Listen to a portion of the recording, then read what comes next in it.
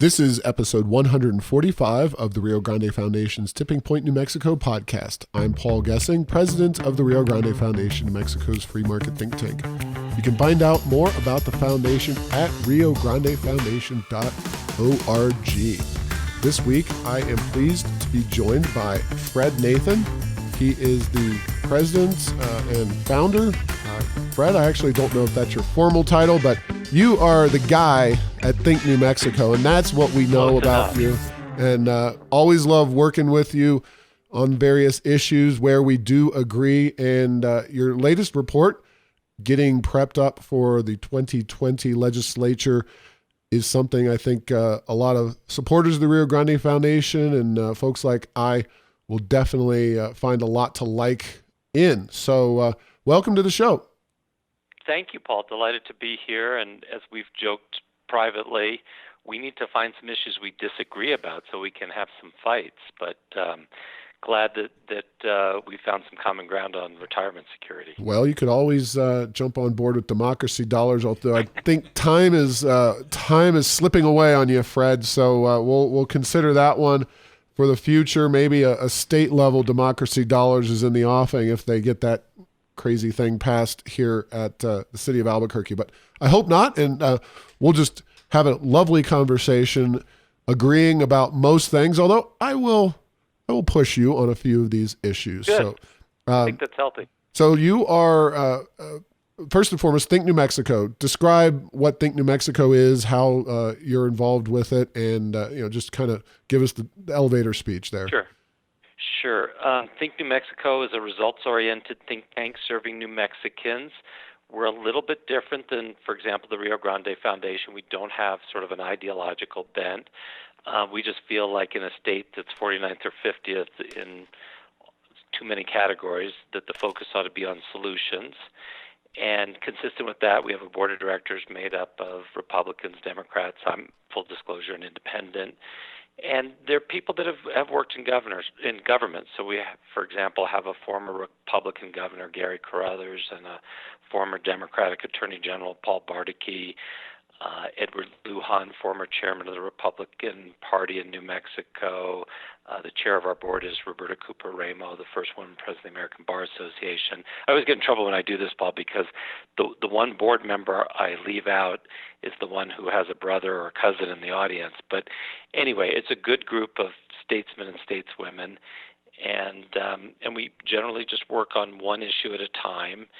And I guess the other way we're different than most think tanks is we don't just cross our collective fingers and hope something good happens like the Rio Grande Foundation. We get after it and try to get our ideas into the media. And occasionally we get legislation passed through the legislature with our recommendations.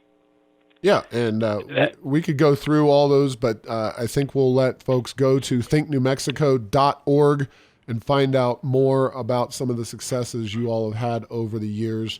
And some of those definitely Rio Grande Foundations worked side by side with you. Some of them not necessarily, and some of them we may have some concerns about. But we're not going to dwell on any of the past. We are going to talk about the future. And we are going to talk about the future vis-a-vis people who are getting old and retiring and or needing a retirement plan. So it's kind of the future of the United States, quite frankly, here, but writ even larger, I think, in the state of New Mexico, where the population is aging more quickly than in many states. So before we talk about the specifics of your plan, Fred, I do want to ask you, what particularly drove your group to get interested in the issue of retirement security and kind of the sustainability of that whole situation in New Mexico? Well, the simple answer is that we came across some sobering statistics, and this just shocks me. Nearly 2 out of every 3 private sector workers in New Mexico have no money saved for retirement.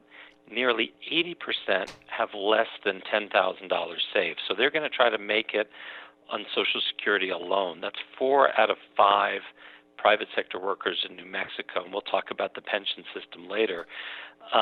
And so this lack of savings means that more and more seniors will depend entirely on Social Security benefits to support them when they're no longer able to continue working.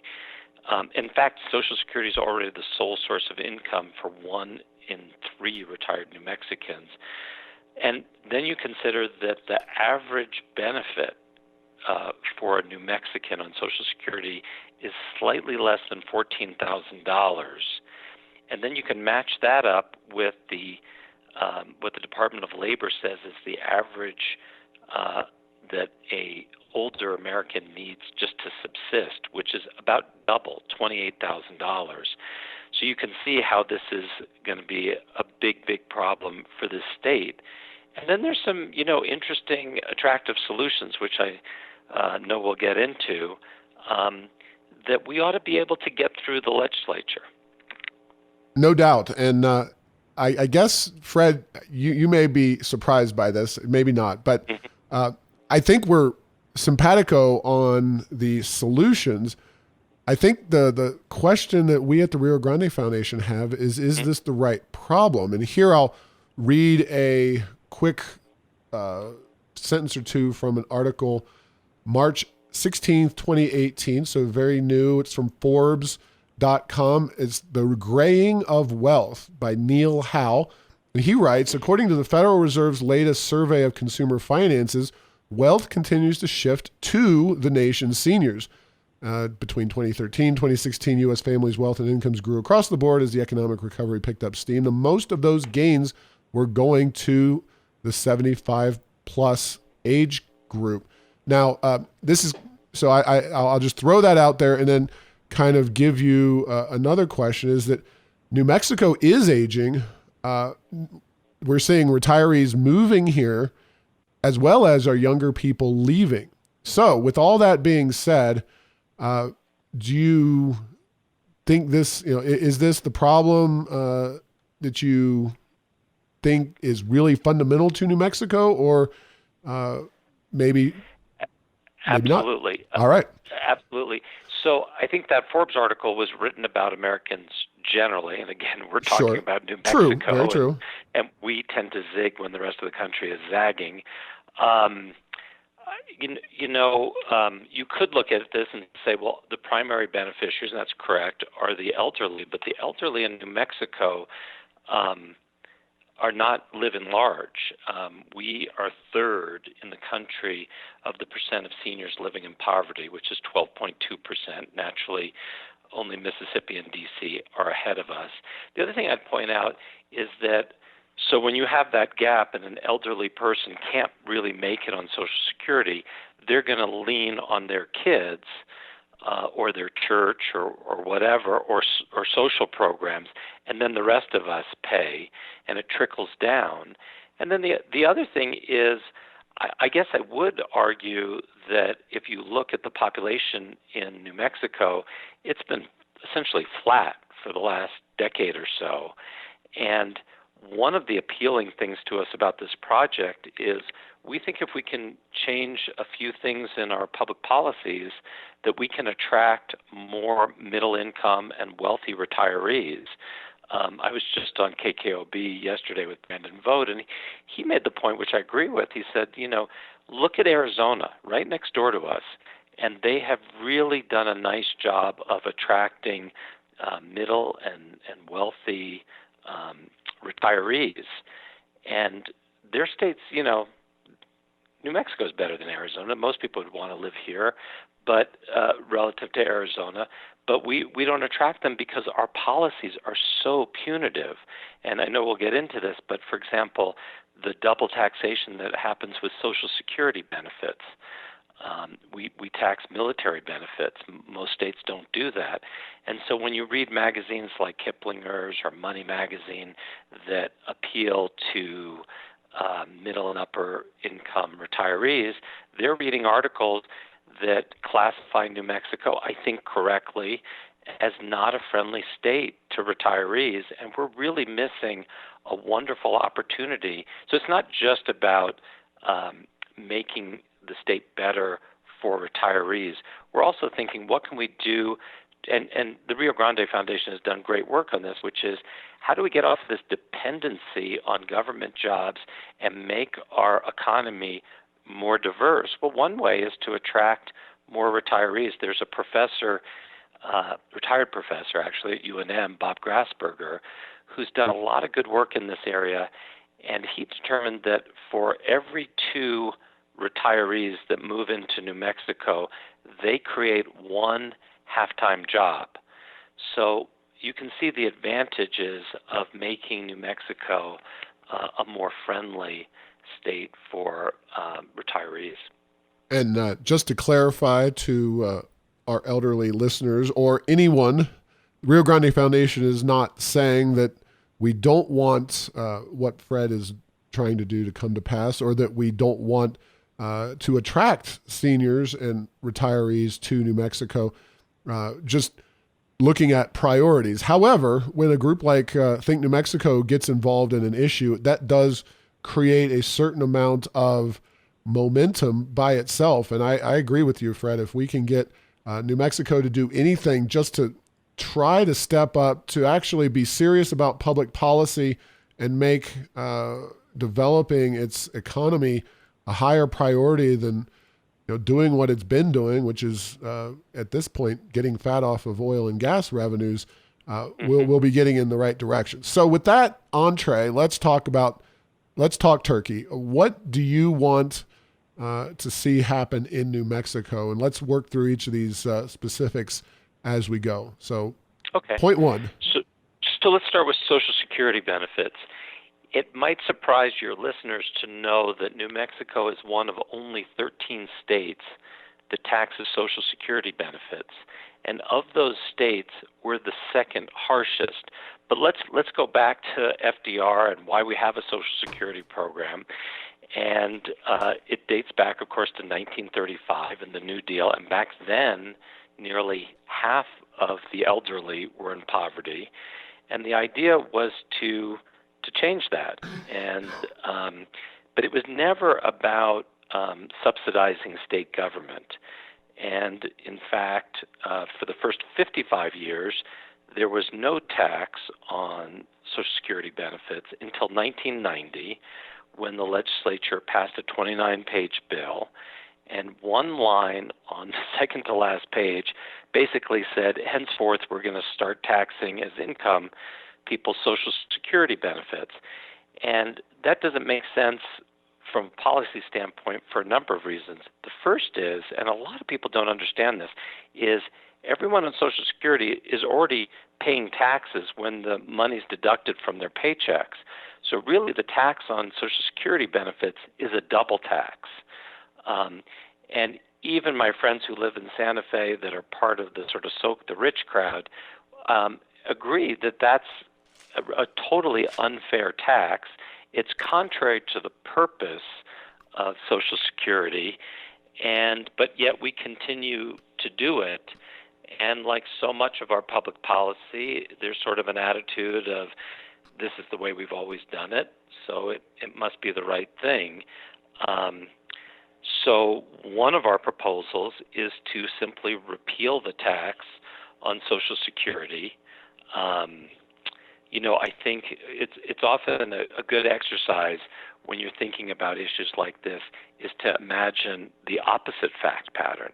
Let's say we didn't have this tax, which only came in, I'm guessing most of the legislators in 1990. It was a complicated tax bill. It was a teeny provision towards the back. Probably didn't even know what they were voting on. But let's imagine for a moment that New Mexico is one of the 37 states that doesn't have a tax on Social Security. And if a legislator came out and said, you know what, I think it'd be a really good idea to start double taxing people on Social Security. Let's pass this bill. I don't think there'd be any support for it. But because it's already embedded in our tax code, it's sort of difficult, and you can probably testify to this too because you've worked to repeal probably a lot more taxes than I have. There is sort of a feeling like, well, it's already in the tax code and we need this money because we can spend it on these other programs. But I think what's happened, and we talked about this earlier, is that we're also overlooking the multiplier effect that this has in terms of dissuading people that we really want to move here from moving here. And as I mentioned earlier, you have all these magazines about investing and so forth that regularly profile New Mexico as a unfriendly state to retirees. And these are people that we really should want to get to move here. The other thing that I've learned, you'll be fascinated by this, Paul, and I wasn't even aware of this, is after we came out with this proposal, I've been contacted by a lot of people who said, are you also aware that our military pensions are Yes. taxed? Yes. And I hadn't been aware of that, and that's also really wrong, that these people that have served in our country, who have sacrificed, who were basically underpaid their whole careers and now get this pension, are taxed on that. And I was talking to a gentleman this morning, Michael Cochran, who represents a lot of vets, and he's got all these statistics, and he was showing me how all of our neighboring states are growing their military retirees. That number in New Mexico has been shrinking for the last dozen or so years, and those are people we'd rather keep here and attract more of. So anyway, so that would be. Well, hold on, Fred. We got to talk a little bit about this. First and foremost, excuse me for being overly cynical, but this kind of approach is par for the course as we see it in New Mexico, both on the military pensions and the Social Security tax, as well as, I would cite, the gross receipts tax and the way that they dip into Medicaid payments. There is a consistent approach by New Mexico policymakers to, wherever possible, take advantage of especially the federal government's payments, but in general, any pot of revenue that they can get their grubby little paws into, they will take it. And whether they have any moral say upon that money or not, I know that may be a little bit further than you want to go, but tell me where I'm wrong here. I don't, on this issue, I think we agree. I guess maybe the older I get, the more libertarian I get. But I was, astonished to learn that we tax both Social Security benefits and military benefits. Obviously, I recognize the need for some government services for those things that we can't perform individually, that we need to cooperate for the collective good. Building roads would be a great example, that no one on their own is motivated to go out and fund the construction of a road or a bridge or a water system. But maybe we've gone too far that we feel that it's now necessary to double tax people's government benefits. Sure. So I think we agree on that. That's a good place to draw the line. My only other question on this issue would be, what is the estimated, quote unquote, and I say that advisedly, cost of eliminating the Social Security tax? What would it reduce the revenues to the state of New Mexico by? About $73 million, which, no question, that's a lot of money, no matter how you measure it. But when you look at it in the context of the state budget, which is now in excess of $7 billion, we're talking about 1% of the general fund. And they have close to $1 billion in new money flowing into the budget this year alone. So, and more than $2 billion in reserves.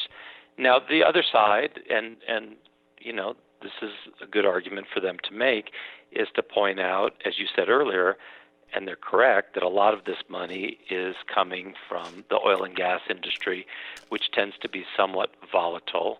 But then, and I know you'll agree with me about this, Paul, last year the legislature raised more than $70 million in taxes by increasing the tax on automobiles, hospitals, the internet, and a few other things. So it just seems that again, I'm singing off of your song sheet on this, but I'm a registered independent, not taking sides. It does seem that we more often raise taxes than we repeal them or cut them. And this one, there's really no good public policy reason to double tax people's Social Security benefits. So it seems to me that this should be at the top of the list when we're considering, and you probably have a much longer list of taxes that should be eliminated than I do. But I think we're both in agreement that this probably should be fairly towards the top of the list of taxes to be repealed. Oh, sure. I could definitely go along with it. I mean, our big thing is to reform the gross receipts tax in a way that, well, prior to last year could have been achieved in a relatively revenue neutral fashion. However, with the revenue enhancements that were included in HB 6 and other legislation. You mean the tax increases? Yes. I'm being smart, but people on this podcast are smart enough to know that I'm just playing along. Those were also going to be used by Representative Harper and advocates for gross receipts tax reform to smooth out some of the revenue losses that would have been created by a reform of the gross receipts tax. Now you're in much more of a situation where you have to reduce revenue to the state of New Mexico if you reform the gross receipts tax in any reasonable fashion. And we're not going to divert into that side track because we only have 40 or so minutes here with Fred Nathan. And we've kind of got point one on lockdown. So $73 million, a modest hit to the Treasury. But certainly New Mexico could be a greater destination for retirees. And we talked about some of the benefits there. So let's talk about your second point in the proposal. And if you could clarify if they're going to be standalone bills or if this is going to be kind of an omnibus effort, what's your plan legislatively, Fred?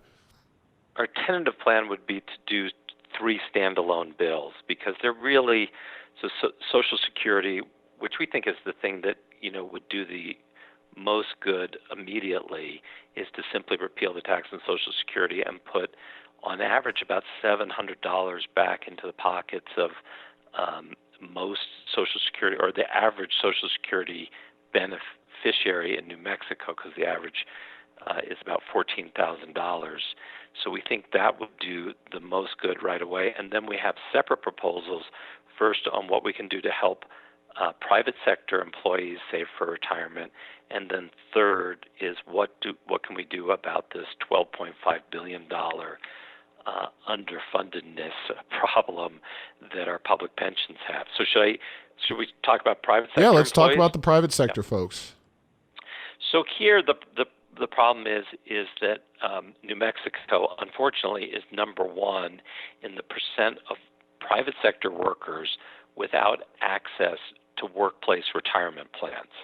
And frankly, no state is doing terrifically. The best state where workers have the most access to workplace retirement plans is Minnesota, and they clock in at 39.4%. We're at 61.6%. That's workers without access to a retirement plan. So here, we got very interested in behavioral economics and why people don't sign up for retirement plans when they do have access to them. So I should back up. The first thing we want to do is make sure that ideally 100% of private sector workers have access to retirement plans. So what's the problem? The problem is in New Mexico, most businesses tend to be on the smaller side, and it's not that the employers don't want their employees to have access, but they're so busy just running their businesses, and they just don't have the time to set up a plan. So the idea here is, what if we could create one, sort of like the 529 plans that your listeners might be aware of. This is to save for college retirement. And so we'd like to do the same thing and make it easier for businesses to offer a very basic retirement plan to all their workers. And this is where we got interested in behavioral economics, and specifically something called nudge theory. And this is fascinating, but there's a prominent legal scholar named Cass Sunstein and a Nobel Prize-winning behavioral economist named Richard Thaler, who basically discovered that workers are 15 times more likely to enroll in an employer-offered retirement plan if it's just deducted from their paycheck through auto-enrollment. And so the idea here is to get businesses, to make it easy for businesses basically and just those businesses that aren't already offering some retirement plan. So for those 60% of private sector workers in New Mexico that don't have a plan, make it available through the state treasurer's office, where businesses can sign up their employees, and the employers are automatically enrolled but are given the ability to opt out if they want. And this is something that a couple of states are just beginning to roll out, and we think it has enormous promise. This is something, interestingly, even highly educated scientists who presumably know the benefits of saving for retirement and have plenty of capacity to save respond to this kind of nudge, as the managers of the 401k plan for LANL employees discovered. So starting in 2015, LANL employees were automatically enrolled unless they opted out. And the participation rate rose by 11%. And the savings rate increased as well, with employees saving an average of about 10% of their salaries after auto-enrollment, compared with about 7.5% before. So this is something that we know can work in New Mexico, and we just want to make it available to every private sector employee. Now, pretty straightforward stuff there, and I've listened to actually a number of prominent podcasts, including the Freakonomics podcast, in which they discuss that subject in some very great detail. We're talking more than 60% of New Mexico's private sector workers do not have access, do not have access to a personal retirement plan. Is that what I at their place of work? That's correct. Okay, that is a pretty surprising statistic, because I know like even Starbucks and some major companies that hire a lot of kind of lower wage worker types, those folks do have access to these plans. I know this has been a big issue in the workplace in recent years, trying to get more people starting early, because I think it was an Einstein quote, maybe I'm wrong, but the greatest power on earth is compounding interest, something along those lines. It's a great quote, and it's a very true statement that if you start saving even a small amount while you're young, you don't have to save and sacrifice so much when you're older. That's exactly right, and I think Warren Buffett has said something about compounding being a magical phenomenon. Yeah, and this would all be still under the individual's control, so they'd just be set up through the state of New Mexico. We're not talking about government being empowered with any of this stuff. Is that accurate? That's exactly right. It's not going to grow the size of government, because over time what will happen if we get enough people to sign up is that it will pay for itself. In other words, probably the most likely investment vehicle would be a target retirement account from, say, Vanguard or Fidelity. Maybe more likely Fidelity, since they hire people in New Mexico and they've got a big call center and some other things. But, that's maybe 10 basis points to invest in one of those, and then there's the cost of administration. We're hopeful that it would be a total of 50 basis points that would be deducted from the retirees' accounts, or the workers' accounts, and that would generate enough money that it would pay for itself over time and wouldn't require any subsidy from government. And I think that's pretty much what's happened with the 529 plan, which now every state has, and there are enough people participating in it that they've reached critical mass where there's no need for state government to subsidize it in any way. Great. Well, that's another one that I think is a good idea, something that, if you don't want to be a part of it as a worker, you can indeed opt out of, and giving people that ability to opt out. Gosh, I wish I could do that on Social Security myself right about now or forever. But that's a different topic again. And topic 3 is an area that we're actually doing some work on, and I think already because of that, there is a lot of overlap. But the number 3 area is in government employee pensions. So tell us about the pension issue as you see it. Okay, well, as I mentioned earlier, we have between the PERA, the public employees, like municipal employees, county employees, state employees, and ERB, which serves the educational retirement folks, teachers, and university professors, we have a combined underfundedness of $12.5 billion. Well, what does that mean, underfundedness? That means if everybody retired tomorrow and we had to pay out the benefits, we're underfunded to the tune of $12.5 billion and couldn't make those payments. Unfortunately for us, those people retire in a more staggered way so that all those payments aren't due today. But it does raise the question whether we'll reach a point where we can't pay all the benefits that we have promised to state and local employees. So there are a number of good ideas. I'm interested in hearing about the Rio Grande Foundation's ideas. And I also want to commend the legislature because in 2013, they stopped kicking the can down the street and implemented, I think, some really intelligent reforms that will make this gap, this $12.5 billion gap, smaller over time, but it's probably not going to ever get to zero. And frankly, it doesn't need to get to zero in the sense that if you can, our two major funds right now, which are combined nearly $30 billion, are underfunded. One's in the 60s and one's in the 70%. They don't actually need to be at 100%, but they should be at about 90%. So how do we get there? Like I said, some of the heavy lifting has already been done.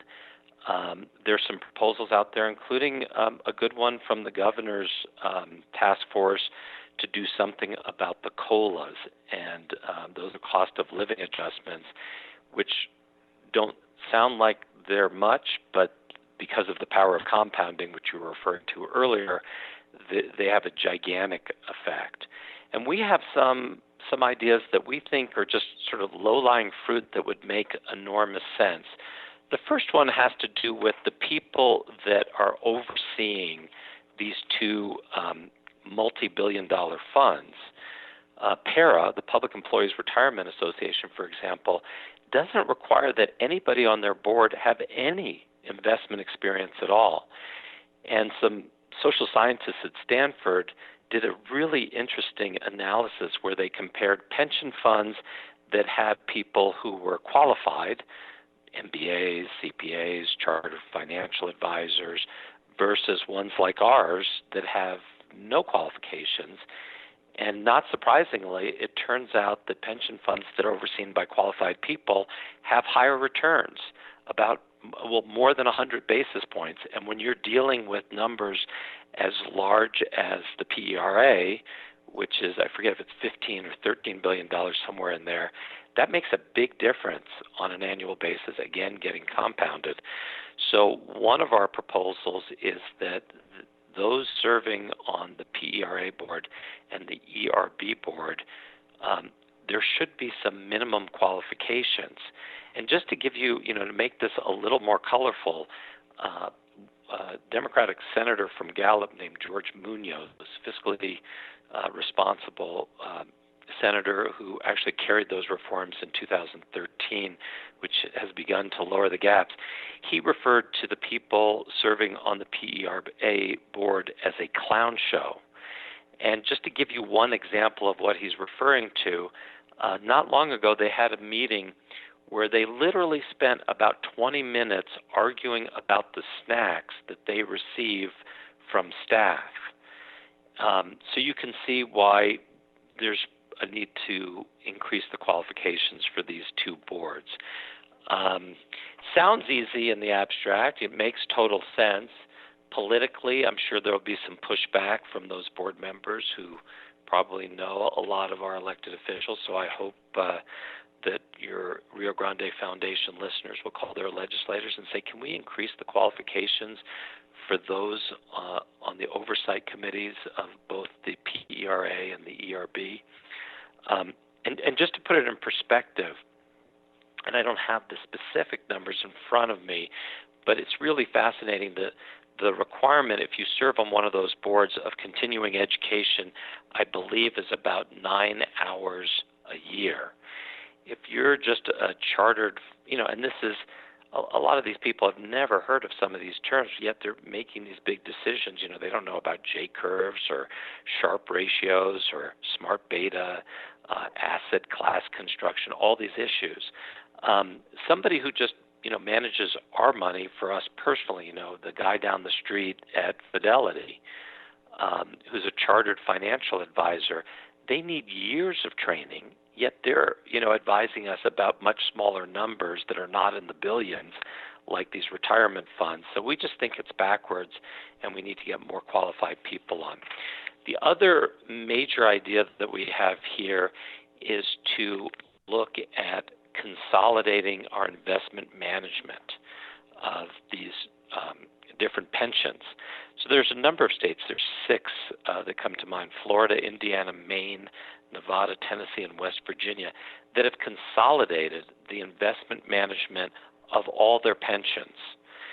And all of these, interestingly, it's anecdotal evidence, but all 6 of these states have much higher returns than our pensions do. They're between, in 2018, between about 8.2% and 9.7%. They're among the highest returning pension funds in the country. And their fundedness ranges from about 75% in Nevada to 96.5% in Tennessee. And I think part of their secret sauce is that they've consolidated management, because what they're doing is they're managing to lower their fees by knitting together all their pension funds and going to some of these investment companies and saying to a venture capital investor or a private equity, if we bring you more money, we expect that we'll have to pay lower fees. And in fact, that's what happens. The other things that these investment funds do is that when you bring them more money, they tend to assign you to their more senior, more seasoned, better managers who get higher returns. So we would still keep these separate pension funds. You can't legally commingle them, but we would look to the managers to invest them as if they were one fund, to both lower our fees and to increase investment performance. Well, those are some thoughtful ideas, Fred. We at the Rio Grande Foundation have indeed been, as I said, taking up the pension issue. I sent you, and folks can go online and check out the analysis of New Mexico's PERA Pension Solvency Task Force's preliminary recommendations, done with the help of the Reason Foundation, a real expert on these issues, as well as Lynn Gilroy of Reason.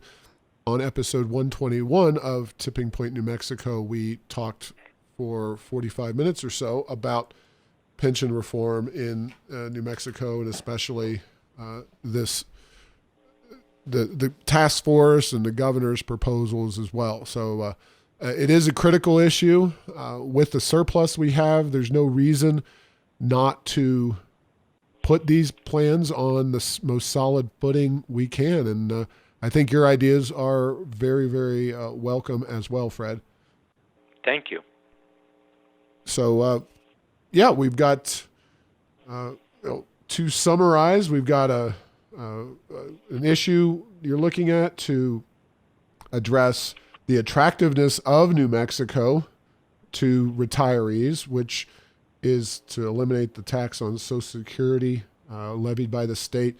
$73 million of revenue would be foregone in that reform, but it's well worth it, and I think something that New Mexico could really do to ride the wave of the increasing number of folks getting out of the workforce. That's just a reality, folks, and we need to do our part to attract those folks to the sun and not as warm weather as you have in Phoenix. And I think that in general is an attractive thing to a lot of people. And then you talk about the private sector workers, offering them a retirement plan, and of course, reforming the public sector pensions. So those will be a significant effort for you in the 2020 legislative session.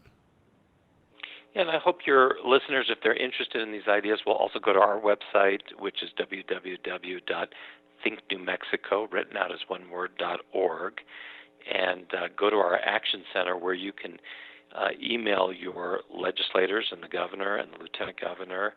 We've got pre-scripted letters. I always encourage people to rewrite them and personalize them, and you have that capacity if you want it, or if you're really busy, you can just click, you just put in your address and the computer will identify who your local state legislators are, and you just press a button, don't even have to pay for a stamp, and let your elected officials know that you think it's high time that we repeal the tax on Social Security and pass what we're calling the New Mexico Saves More Act to make it possible for 100% of private sector employees to be able to have access to targeted retirement accounts. And then finally, let's clean up these pensions in the way that we manage them and govern them so that we can get higher returns at less risk and less cost. Well, last question before we go, Fred. Sure. The challenges of working in the New Mexico legislature are legion. We both know the problems and experiences of the New Mexico legislature. This is a 30-day session. I know you don't just abandon your ideas if they don't get through in a 30-day in any session. You keep working on them, oftentimes until several years out. But what do you think? The likelihood? Do you have bipartisan support for these? Are these ideas that you think leadership's going to go with? Without giving anything away. I know you won't anyway, but what do you think chances are these will pass? Well, one thing that sort of puts the wind at our back and makes this somewhat easier, but you're right, it's always hard to pass bills like this, is that we have an election coming up, and every single legislator will be up. And so I think that helps us in terms of repealing the tax on Social Security benefits, although it's still going to be a heavy lift. And as you point out, $73 million is still a lot of money. And so that will be a fight, I'm sure. And we're lining up. We always do, our bills are always bipartisan. We always try to get a Democrat and Republican, both the House and the Senate. And I think we will have that. And then the New Mexico Saves Act, I think there's building momentum for that. We've been working with ARP to make it, frankly, a little more business-friendly. And they've done yeoman's work on this, and they're fully behind it. And I think by making it more business-friendly, so for example, there's a cost to business in terms of putting your employees on automatic payroll deductions, and to add this one other thing. So one of the things we're looking at is, for example, allowing businesses, if they voluntarily go into this program and make retirement savings accounts available to all their employees, that they wouldn't have to pay one of these business filing fees. I forget exactly what it's called. It's sort of a nuisance fee. It's about $25 a year.